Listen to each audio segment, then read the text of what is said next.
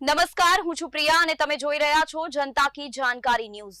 નજર કરીએ આજના સમાચારો। ઉનાની એચએમવી કોલેજ ખાતે થેલેસીમિયા માર્ગદર્શન અને સ્ક્રીનિંગ કેમ્પ યોજાઈ ગયો। થેલેસીમિયા એ વારસાગત રક્તની ખામી ધરાવતો રોગ છે, જેને અટકાવવા માટે જાગૃતિ લાવવી અને લગ્ન પહેલા થેલેસીમિયાની તપાસ કરવી જરૂરી છે।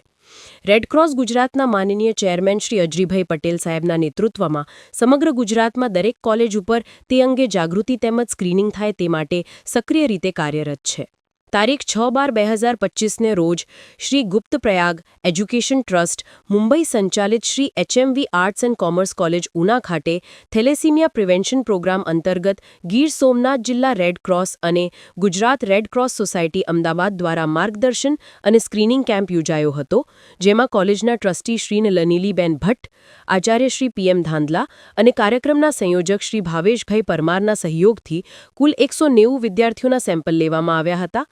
આ કાર્યક્રમમાં રેડક્રોસ ગીર સોમનાથના ચેરમેન એમેરિટ શ્રી કિરીટભાઈ ઉનડકળ ઉપસ્થિત રહ્યા હતા અને કોલેજના વિદ્યાર્થીઓને થેલેસીમિયા રોગ વિશે વિસ્તૃત માર્ગદર્શન અને માહિતી આપવામાં આવી હતી। સ્ક્રીનિંગ ટેસ્ટ માટે રેડક્રોસ અમદાવાદથી થેલેસીમિયા કોઓર્ડિનેટર નિલેશ ભારતીય અને તેની ટેકનિશિયન ટીમ ઉપસ્થિત રહી હતી। કોલેજના એનએસએસ પ્રોગ્રામ ઓફિસર અને સાથે જોડાયેલા વિદ્યાર્થી ભાઈ બહેનોએ ઉપસ્થિત રહીને આ કાર્યક્રમને સફળ બનાવ્યો હતો। અહેવાલ ભીમજીભાઈ ભજકોતર, ગીર સોમનાથ।